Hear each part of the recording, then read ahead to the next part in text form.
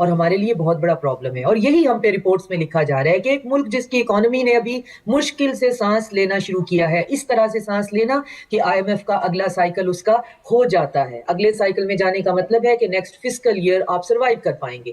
اس کی جو law and order کی سچویشن, جو اس کی انٹرنل جو ٹیررزم کی سچویشن ہے, وہ اتنی ولنریبل ہے, لیکن وہ اس کو کمبیٹ کیے چلے جا رہے ہیں. اس کے باوجود وہ ان دو چیزوں میں جکڑے نہیں ہوئے, وہ باہر نکل رہے ہیں. وہ باہر نکل کے نہ صرف یہ کہ ڈپلومیٹک کنیکشن بنا رہے ہیں, وہ آرمز ڈیل کر رہے ہیں, وہ اکنامک ڈیلز کر رہے ہیں, وہ اسٹریٹجک الائنسز بنا رہے ہیں, اور وہ الائنسز بھی ایسی ہیں کہ کسی کو اس پہ اعتراض نہیں ہے. ہمارے سعودی عربیہ کے ساتھ ڈیفنس پیکٹ پہ کہیں آپ کو پورے ویسٹ میں واویلا نہیں نظر آتا.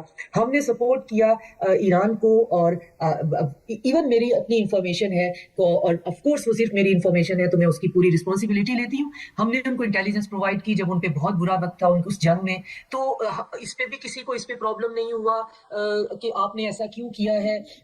افغانستان کو ہم نے روکنے کی کوشش کی, اس کے ساتھ ہم نے کائنیٹیکلی انگیج ہوئے, ہمیں اس میں کوئی پرابلم نہیں ہوا. تو مسئلہ یہ سامنے آ رہا ہے کہ ہم کوئی, اور ساتھ میں ہمارے لیے ایک لفظ جو ہے وہ استعمال کیا جا رہا ہے جو کہ ہمارے لیے بڑا ایک نیا سا لفظ ہے. اٹس لائک کول بریز, آپ اس کو انجوائے کر سکتے ہیں کہ مڈل پاور. آج سے پہلے ہمیں ترقی پذیر ملک یا ڈیولپنگ کنٹریز یا تھرڈ ورلڈ کنٹریز کا لفظ تو ہم نے سنا اپنے لیے. یہ مڈل اور ساتھ میں ہائفنیٹڈ پاور جو ہے, اللہ کرے کہ ہمیں نظر بد سے اس چیز سے بچائے, اور ہم حوصلے اور ہمت کے ساتھ اور بہت سہج طریقے سے اس کو لے کے چلتے رہیں, اور ہم